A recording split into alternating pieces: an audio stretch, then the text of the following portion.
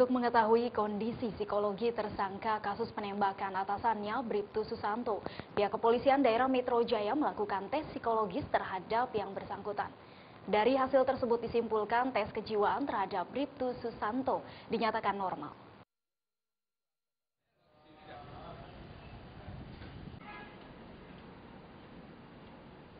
Pihak kepolisian daerah Metro Jaya menyimpulkan hasil tes psikologi atau tes kejiwaan Bribtu Susanto, tersangka kasus penembakan dan pembunuhan Kepala Pelayanan Markas Kayanma Polda Metro Jaya, AKBP Pamuji, dinyatakan normal. Sebelumnya pihak kepolisian daerah Metro Jaya Rabu malam kemarin resmi menetapkan Bribtu Susanto sebagai tersangka dalam kasus penembakan yang menewaskan AKBP Pamuji Selasa malam lalu. Penetapan tersangka dilakukan setelah penyidik kejahatan dan kekerasan Jatanras Direktorat Reserse Kriminal Umum menemukan residu atau jelaga dari barang bukti mesiu senjata api pada tangan Bribtu Susanto. Menurut Kepala Bidang Humas Polda Metro Jaya, Kombes Pol Rikwanto mengatakan hasil tes psikologis Brigadir Susanto yaitu normal. Untuk hasil tes psikologi dari Brigadir S sendiri gimana, Pak?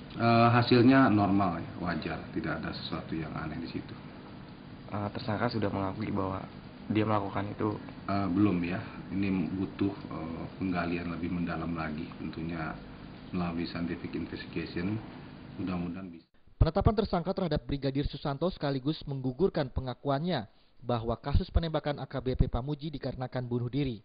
Pihak kepolisian mengenakan Brigadir Susanto dengan pasal 338 KUHP tentang pembunuhan dengan ancaman pidana maksimal 15 tahun penjara.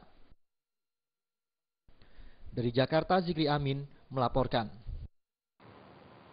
Calon Kepala Desa Cubandoyo, Pasuruan, Jawa Timur dianiaya dan ditembak mati oleh sekelompok oknum polisi Resort Polres Pasuruan. Ahmad Husairi ditembak mati oleh 15 oknum polisi karena diduga melakukan perampokan. Pihak keluarga menyatakan suaminya bukanlah seorang perampok karena merupakan kepala urusan pembangunan desa Cubandoyo dan seorang satpam yang akan mencalonkan diri sebagai kepala desa.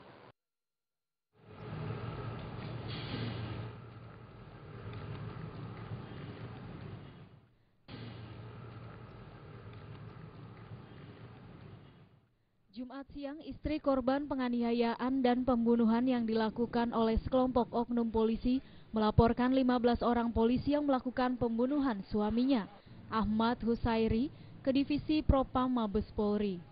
Seudah istri korban mengatakan kejadian yang sudah berlangsung 3 bulan silam tersebut, namun hingga kini belum ada hasil. Seudah datang ke Mabes Polri untuk menuntut keadilan terkait apa yang telah dilakukan oleh 15 anggota polisi terhadap suaminya. Seudah menjelaskan saat kejadian dirinya sedang berada di dalam rumah, namun tiba-tiba terdengar suara tembakan dan ternyata suaminya yang ditembak saat berada di dalam mobilnya. Oknum polisi tersebut mengatakan bahwa suaminya merupakan seorang perampok dan mengancam akan mengembalikan mayatnya. Mereka juga menantang tidak takut apabila akan dilaporkan karena para pelaku merupakan polisi Resort Pasuruan. Itu ke pemerintahan, Pak. Satpam lagi suami saya itu, Pak. Mana yang ambil sampai satpam juga, Bu? Satpam juga? Iya, satpam juga. Pembangunan itu suami saya nggak pernah urusan sama polisi, Pak. Nggak pernah. Suami saya tuh orangnya pendiam, disukai rakyat. Malah habis gini ini mau nyalon kepala desa, Pak, suami saya, Pak. Bener. Disinyalir hasil pemeriksaan Polda Jawa Timur terkait peristiwa tersebut tidak maksimal. Padahal 15 oknum polisi pelaku penembakan tersebut telah dijadikan tersangka. 3 diantaranya merupakan otak penembakan. Namun hingga kini ke-15 orang tersebut masih berkeliaran di Polres Pasuruan. Kita inginkan penegakan supremasi yang sebenar-benarnya. Hukum ini janganlah tebang pilih. Intinya seperti itu. Ya hukum ini pelaku-pelaku ini dihukum lah. Karena sampai saat ini itu masih banyak. Berita tadi sekaligus menutup berita dan bincang terkini malam edisi kali ini. Saya Linda Puspitasari, mewakili segenap tim redaksi yang bertugas, mohon undur diri.